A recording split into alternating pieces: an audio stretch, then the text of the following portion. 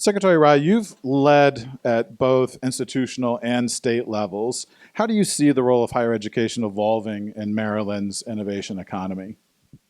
So, first of all, let me thank University of Maryland, Smith School of Business, Dean Prabhudev, and Michael from Dingman Center, and American Bazaar for bringing all of us together. We are here because of all of you. Thank you for this wonderful platform to have some really relevant and meaningful conversation.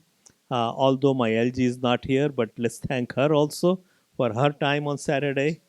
She was supposed to be here for 10 minutes, but she spent time here.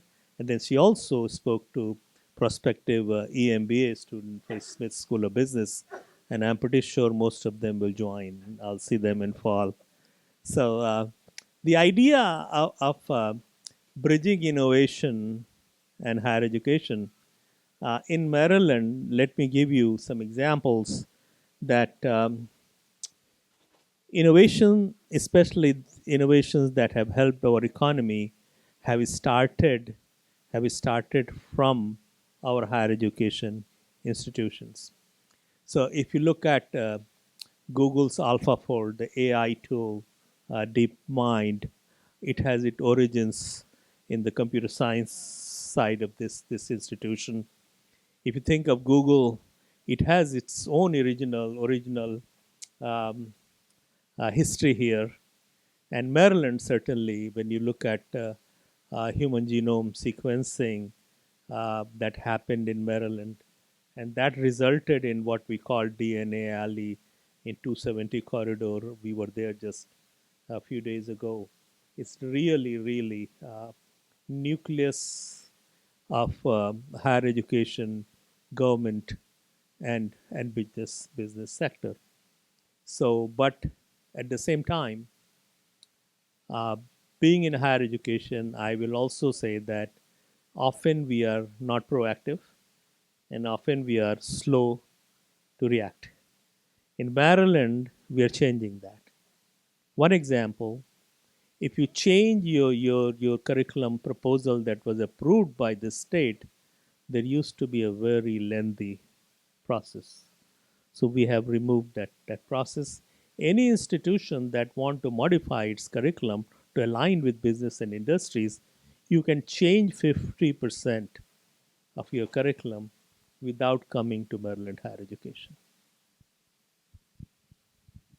Very nice. So, what are some effective ways you've seen universities support entrepreneurship both inside and outside the classroom?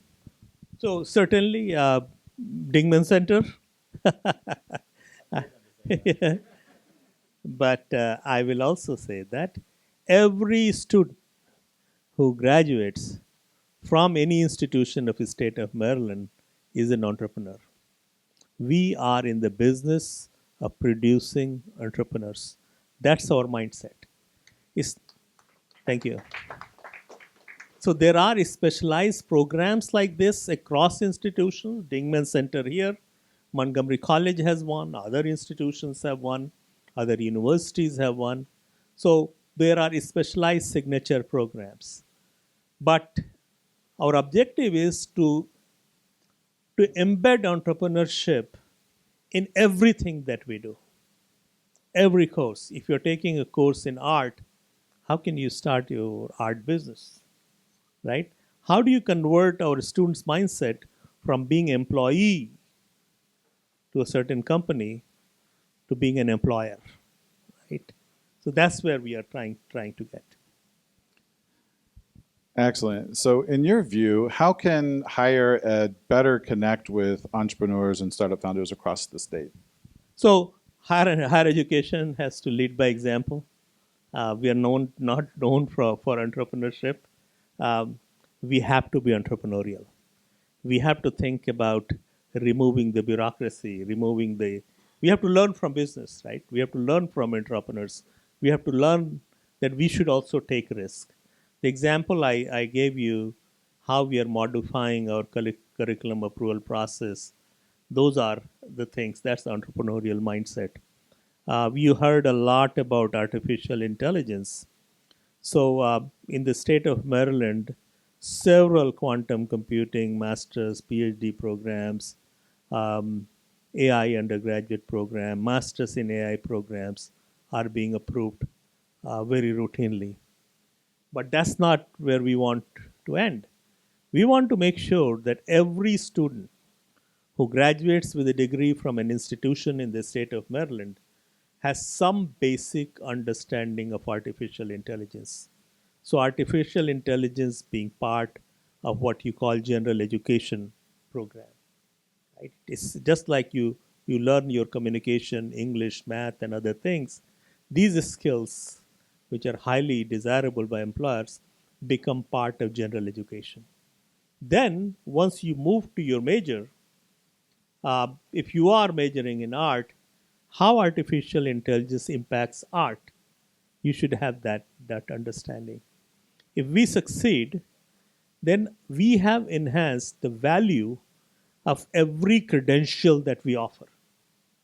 And hence, our graduates are more competitive than the graduates from other institutions.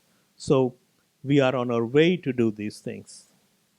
Thank you for that. So we're going to shift gears for just a moment and talk about aligning education with industry needs. Startups need talent, and higher ed produces a great deal of that talent. So how is Maryland ensuring that students graduate with the skills that innovative companies, especially startups, need? So you partially answered that with the last question, but I'll pose it anyway. So not just stopping there, certainly understanding what are the desirable skills by employers, making sure that those skills are embedded throughout your curriculum. It's not just that computer science has a lot of jobs, so a degree in computer science is good. What we are teaching in computer science, is Google interested in that, right? So we look at light cost data for every program. So if employers in computer science or cybersecurity are saying they require these 5 skills, we want to make sure that when a student takes those courses, if I took 2 courses, I check the box. We have those 2 skills. So by the time students graduate, they should have a skills resume and also a credentials resume. A transcript where you have grades for the courses, but a parallel transcript that should say that you have these skills that businesses and industry need as well. Okay, what kind of partnerships between higher education and industry have proven most impactful in workforce development?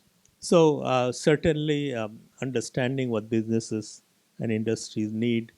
At the same time, internships, experiential learning opportunities. That's another thing. We want to make sure that every academic program provides experiential learning opportunities for students. Apprenticeship. We want to be the number one state in apprenticeship in the country, and we are on our way. We are on our way. A lot of companies have joined the apprenticeship program. A lot of state dollars are being infused in those programs. So then making sure that our businesses and industries are not only giving advice on what the curriculum should be, but they are also hearing from us, right? So, uh, if a student graduates from a school of engineering, they have 4 years. And that 4 years is crammed with so many very complicated subjects. 100, 200 years of human innovation in 4 years. And often businesses want these students to have life skills of 40-year-old person. Right? You should be able to work in team, this, that, right? So understanding of both sides, I think, is important. Lot of our faculty should come from business and industry. When I created some programs at Montgomery College, biotechnology, when genome sequencing were happening, we brought faculty from industry. They came on part-time basis and they taught. We brought scientists from NIH and NASA to teach at the college. Curriculum is one thing, but these people who are creating this knowledge, can we bring them in our classrooms? People who are implementing the new knowledge, creating products, how can they come into our classrooms? Um, Industry experts doing a sabbatical, reverse sabbatical, spending some time on our institutions of higher education. There are different ways of doing that. Some are very cost intensive and some are low cost. You can do that. And our faculty doing residencies in business and industries. Think about that, how wonderful that will be. Uh, we During my time at Germantown campus of Montgomery College, we built the first hospital ever built on a campus of a community college. So where about 150 students every year from Montgomery College get what is called clinical rotation opportunities at Holy Cross Hospital right on the campus. Hospital was giving more than $500,000 just for programmatic expansions. Imagine the shortage of nurses that we have today. Or when we built the hospital, this was 2010, 2011.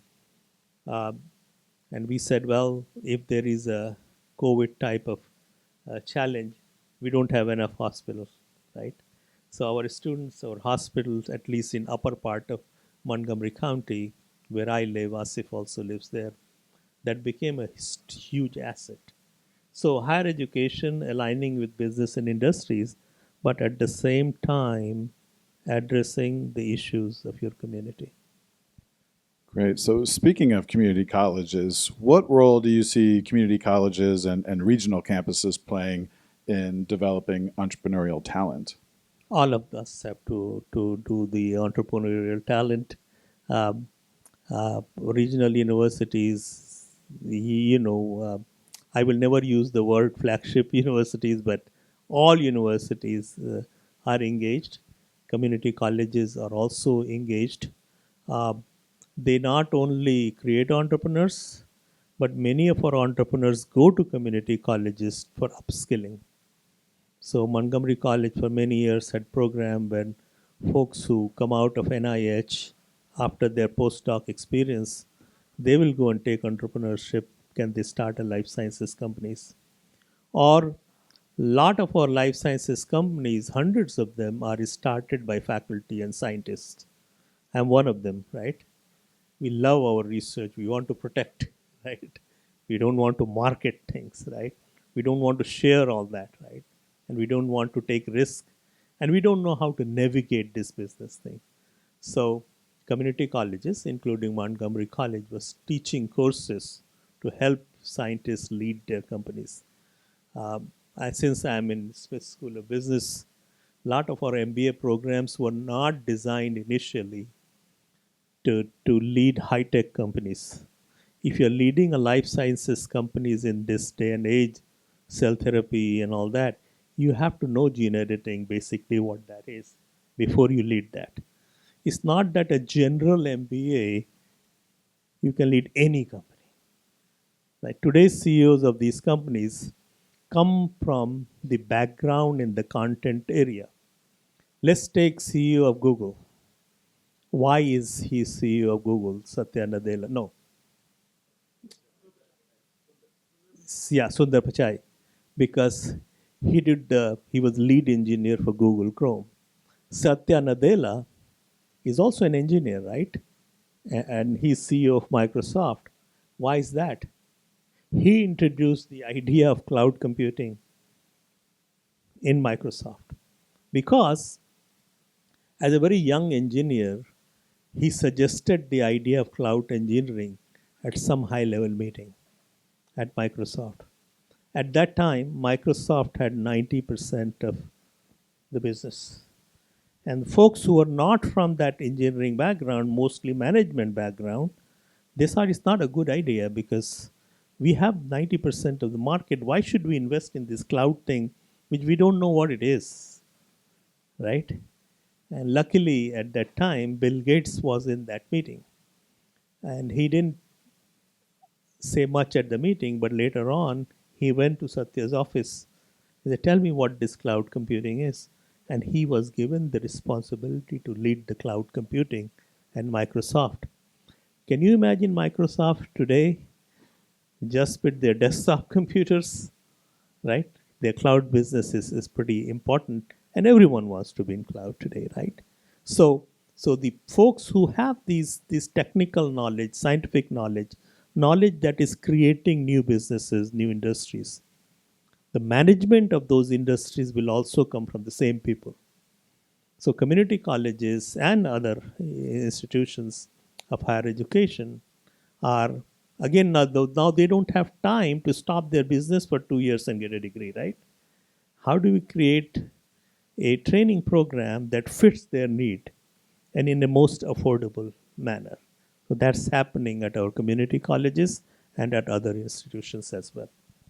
Fantastic. So we're going to switch gears again to talk a little bit about building bridges between academia, government, and startups. So what opportunities exist for entrepreneurs to collaborate with Maryland's higher education institutions, whether through research, talent, or joint initiatives? So let me first say this. Um, as Secretary of Higher Education, one of my goal is to make sure that a lot of startups are coming from our institutions of higher education. Great research is happening at our institutions of higher education. Lot of IP is being created, lot of patents are being created, and many of them have strong market potential. How do we support our faculty in becoming entrepreneurs? How do we provide seed funding to faculty who can take their idea, start up, and then go to the market? TEDCO funds, a lot in the state of Maryland, millions of dollars go towards this funding. We're working so that some of that could be available to startups that are coming from our institutions of higher education. And certain the other thing is that again I will um, thank Prabhu from Smith School of Business, where state government is coming to Smith's School of Business for consulting and advice, and so far it's free. But, so state government is a big business too, billions of dollars, right? So let me give you one example that is very relevant. BWI airport, you should always fly out of BWI. It's a great experience. Parking is easy, getting in, getting out is easy, right? So, but that needs an expansion. I mean, they are having record visitors from there now, right? So passenger load is higher, and we are very happy about it. So we have to expand that, right? How do you expand that? It's, what are the economic implications of expanding that airport? It's all very good, right? But what about the people who live there? They have noise pollution, those kind of things. How do you balance? How do you come up with a strategy? It was a win-win situation. So we came to Smith School of Business for that advice, and they're working on it, and they will give us good advice, and we'll expand our airport to make sure that people who live there are completely supported. At the same time, all of you are flying from BWI. So are there state level programs or incentives that entrepreneurs should know about if they want to engage with universities or with students from universities? There are as many programs. I will tell you, go and look at TEDCO's website. I looked at this before coming to this conference. There are several,